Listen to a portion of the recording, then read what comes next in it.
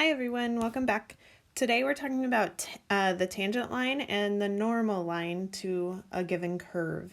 All right, so we often need to find tangents and normals to curves when we are analyzing forces acting on a moving body. So today is going to bring back some memories, maybe from your physics class, or if you haven't taken physics, this is like your foundation for any moving body problems.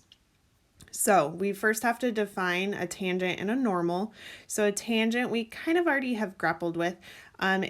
So the tangent to a curve is a line that touches the curve at one point and has the same gradient, which is what we call slope in this class, as the curve at that point.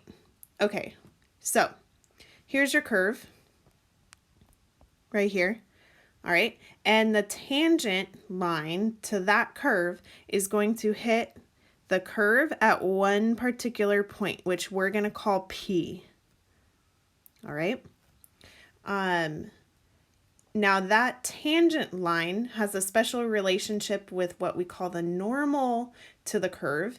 And what a normal is just a line that's perpendicular, meaning it forms a right angle right there, to a tangent to the curve. So we've got our tangent line, and perpendicular to the tangent line is the normal line, all right, at a particular point P. I want to label P so we can talk about P. Let's call the x value of P to be A. So how far over P is on the x-axis is our x value of our P. So we'll call that A. And then our y value, which is how far up the y-axis, we're going to call B. All right, so the point P, we're going to, just so we can talk about it, call it AB. All right. Now, there's a few relationships that we need to talk about. The tangent and the curve are actually really closely related. Now, at P, we know that the x coordinate, let me highlight. So the x coordinate of the tangent, so the x value of the tangent is actually equal to the x coordinate of the curve. So that's your A value. And the y coordinate of the tangent is equal to the y coordinate of the curve. All right, look, they're the same point, right? And the gradient of the tangent, aka slope, is actually equal to the gradient of the curve. So we're talking about the slope at P, or the gradient at P. We have already found what the gradient is of a tangent line. This is going to be one application of that. So what we're going to do is we're going to use differentiation to actually find the gradient of that tangent line at P, okay? And we're going to use that to write an equation for the tangent line to really any curve at our particular point P, which is AB. Now, as long as we know, we can do this as long as we know the equation of the curve and the x value of the point P. So before we get into that, you're like, why are you torturing me, right?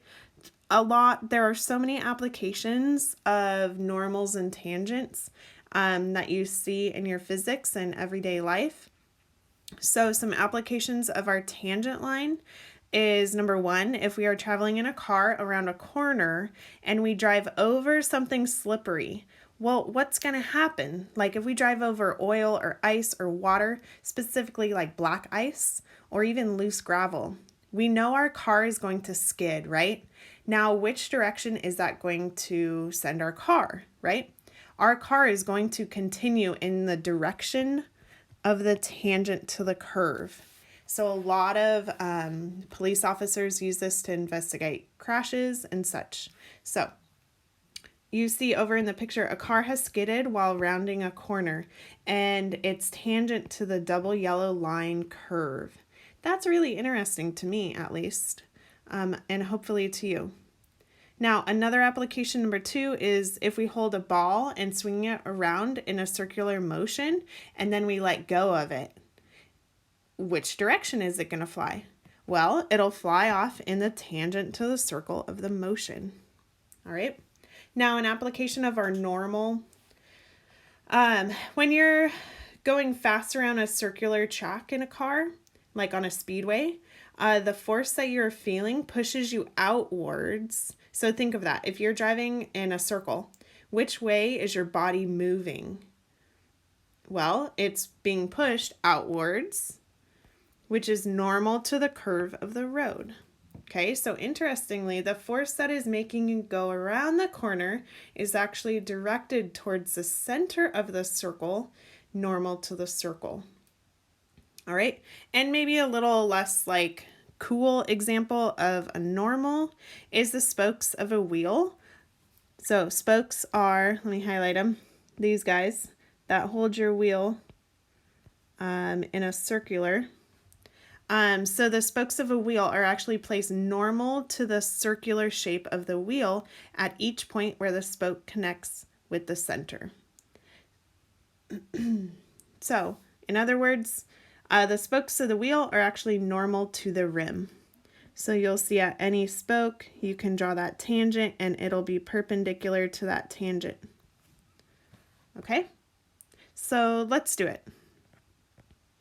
Here's our steps in a nice little box. So to find the equation of a tangent, that's our goal here, to the curve at point P, we're going to first calculate the B value, which is the y coordinate of P, using the equation of the curve. And then we're going to find the gradient function, and then we're going to do a little substitution for A to calculate our gradient at P. And then we're going to tie it all together to use the equation of a straight line. Okay, so that might not make much sense right now, but I'll break it down in the example. So here's our example. We've got point P has an x coordinate of 2. So we know, let's see, our point P has an x value of 2. We know that. Let's see, let me mark that for you. So here's 2. We're going to have P somewhere with an x value of 2. Find the equation of the tangent to the curve of the function y equals x to the third minus 3 at P. Give your answer in the form of y equals mx plus c, which is our slope-intercept form. So let's just take a look at what are we even doing. All right, so I'm going to graph for you the function y equals x to the third minus 3. Now you might not know off the top of your head what this looks like. It's a cubic function and it's shifted down 3. So our cubic function is kind of like a little squiggle, shifted down 3. So if you don't know that, you either have Desmos or a graphing calculator to help you out. So our next point would be 3, 4, 5, and down over here. So this is just the function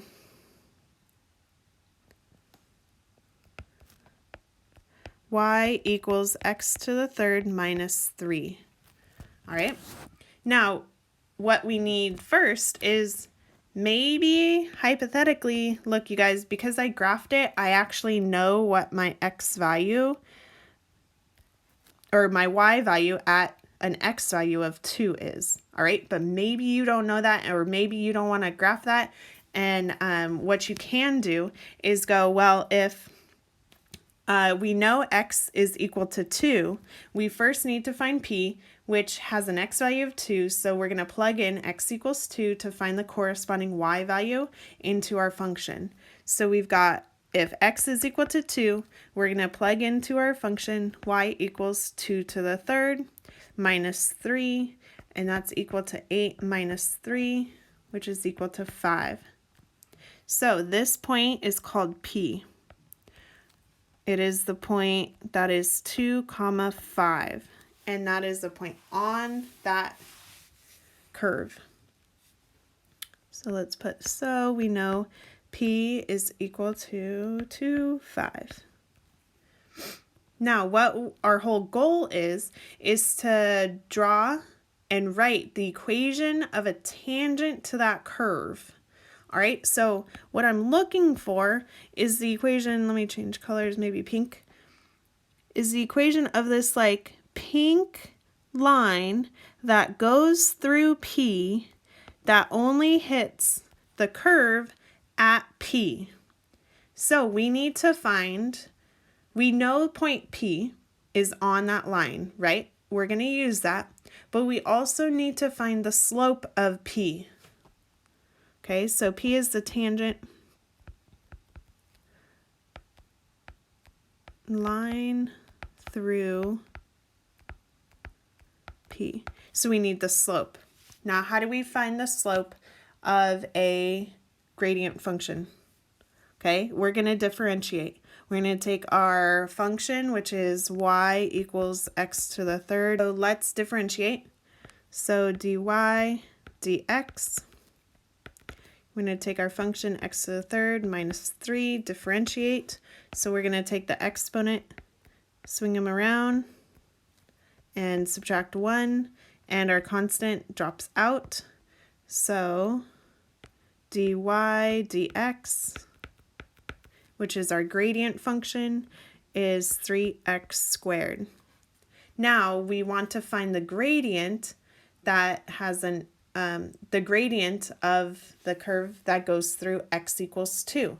So at this point, we're going to plug in x equals 2 to find the gradient of the curve at x equals 2. This is what we've been doing in the past couple of assignments. So plug in x is equal to 2 into our gradient function. So dy dx at 2, 3 times 2 squared is equal to 3 times 4, which is 12. So we know the slope, or the gradient, is 12, which is equal to our m value in y equals mx plus c.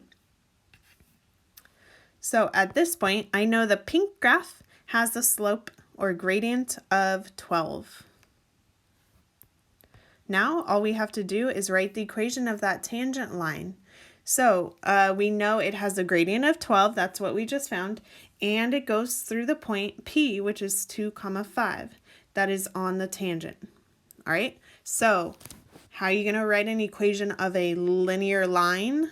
Well, you can do any way you want, but we learned earlier this year, we have the equation y minus b is equal to m times x minus a, using our a and our b as 2 and 5. So this is our a, right, and our b value. So plug everything in.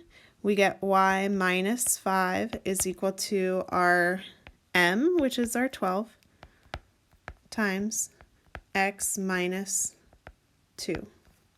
Give it a little distribution. Y minus 5 is equal to 12x minus 24. So y is equal to 12x minus 19. All right. So what is that again?